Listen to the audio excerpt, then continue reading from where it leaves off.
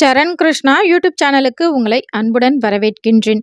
குலதெய்வம் ஒருபோதும் உங்களை கைவிடாது என்பதை உணர்த்தும் 2 உண்மை சம்பவங்கள் என்னென்ன அப்படிங்கிறத பற்றி தான் இந்த வீடியோவில் தெளிவாக நம்ம பார்க்க போகிறோம். நம்ம சேனலில் உள்ள வீடியோவை ஃபஸ்ட் டைம் நீங்கள் பார்க்குறீங்க அப்படின்னா மறக்காமல் நம்ம சேனலை சப்ஸ்கிரைப் பண்ணி வச்சுக்கோங்க. நம்ம சேனலில் தொடர்ந்து குலதெய்வ பதிவுகள், ஆன்மீக தகவல்கள் வந்து கொண்டே இருக்கும். வாங்க வீடியோக்குள்ளே போகலாம். குலதெய்வத்தை வணங்குபவர்களை கண்டிப்பாக அந்த குலதெய்வம் ஒருபோதும் கைவிடாது. இது ஒவ்வொருத்தர் வாழ்க்கையிலும் இது போன்ற ஒரு உண்மை சம்பவங்கள் நடந்து கொண்டு தான் இருக்கின்றது. இந்த குலதெய்வம் தாங்க எங்களோட உயிரையே காப்பாத்துச்சு அப்படின்னு சொல்லக்கூடிய 2 முக்கியமான உண்மை சம்பவங்கள் என்ன அப்படிங்கிறத தான் இந்த வீடியோவில் பார்க்க போகிறோம். அதில் ஒன்று, குலதெய்வத்தை முறையாக வணங்குறவர் தினமும் வீட்டை விட்டு வெளில போகும்போதும் தன்னுடைய குலதெய்வத்தை வணங்கிட்டு தான் போகிறாங்க.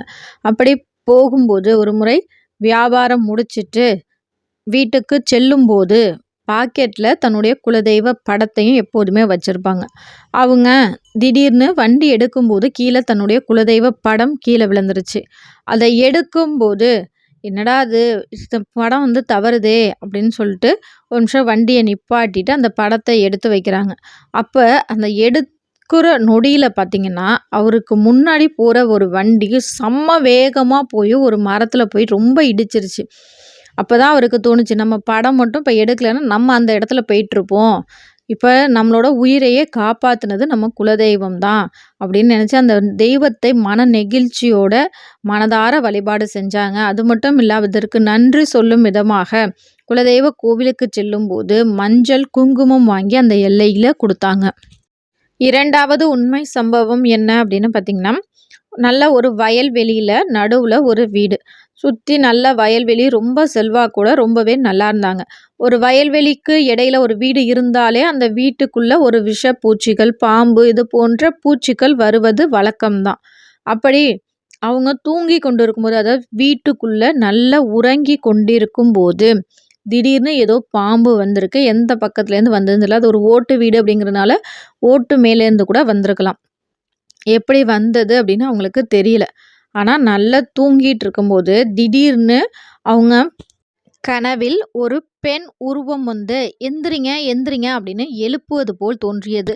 என்னடா அது, நம்மளை யாரோ எழுப்புறாங்களே அப்படின்னு சொல்லி திடீர்னு எந்திரிச்சு பார்க்கும்போது பக்கத்தில் பாம்பு இருந்திருக்கு. அதற்கு பிறகு அதை வெளியே அப்புறப்படுத்தினாங்க. அவங்களுக்கு எனக்கு ஒரு பெண் குலதெய்வம், என் குலதெய்வம் தான் அந்த உருவத்தில் வந்தது அப்படின்னு மனதார நம்பினாங்க.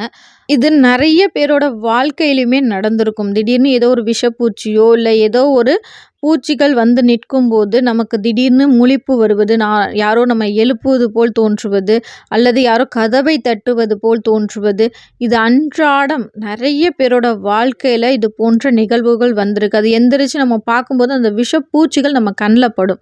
அது கண்ணில் படுறதுக்காகவே நம்ம தெய்வம் நம்மை இது போன்ற சவனங்கள், இது போன்ற அறிகுறிகள் காட்டுகின்றது.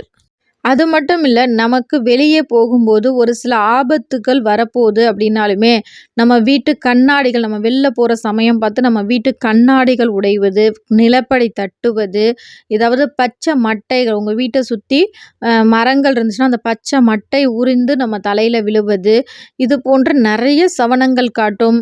நம்ம வீட்டை விட்டு வெளில போகக்கூடாது அப்படிங்கிறதுக்கு நிறைய தடைகளும் நிறையா வரும். ஏன்னா இந்த நேரத்தில் நம்ம வெளில போனால் நமக்கு உயிருக்கு ஏதாவது ஆபத்து வரும், ஏதாவது விபத்து ஏற்படும். நம்ம குலதெய்வம் நம்ம தாய் தெய்வமா நம்ம கூடவே இருந்து ஒவ்வொரு அறிகுறியும் நமக்கு காட்டி கொண்டே இருக்கும். நம்ம தலமாடு காத்து நிற்கும், நமக்கு காவலாக எப்போதுமே இருக்கும்.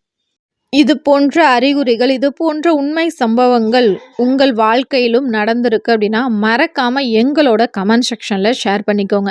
ஏன்னா இந்த கமெண்ட்ஸை படிக்கிறவங்க நம்ம ஏன் குலதெய்வத்தை வணங்கணும் அப்படிங்கிறவங்களுக்கு ஒரு கேள்வி இருந்தாலும் அதற்கு பதிலாகவே உங்கள் கமெண்ட்ஸ் இருக்கும். கண்டிப்பாக இதை நீங்கள் வெளியில் சொல்ல உங்களுக்கு உங்கள் குலதெய்வத்தின் அனுகிரகமும் கிடைக்கும், மற்றவர்களும் குலதெய்வத்தை வணங்க வேண்டும் அப்படிங்கிற எண்ணமும் வரும். உங்களுக்கு உங்கள் குலதெய்வத்தை ரொம்பவே பிடிக்கும் அப்படின்னா இந்த வீடியோவுக்கு மறக்காமல் ஒரு லைக் பண்ணிடுங்க.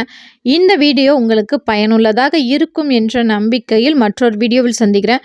இந்த வீடியோ உங்களுக்கு பிடிச்சிருந்தால் லைக் பண்ணுங்கள், ஷேர் பண்ணுங்கள், மறக்காமல் சப்ஸ்கிரைப் பண்ணுங்கள்.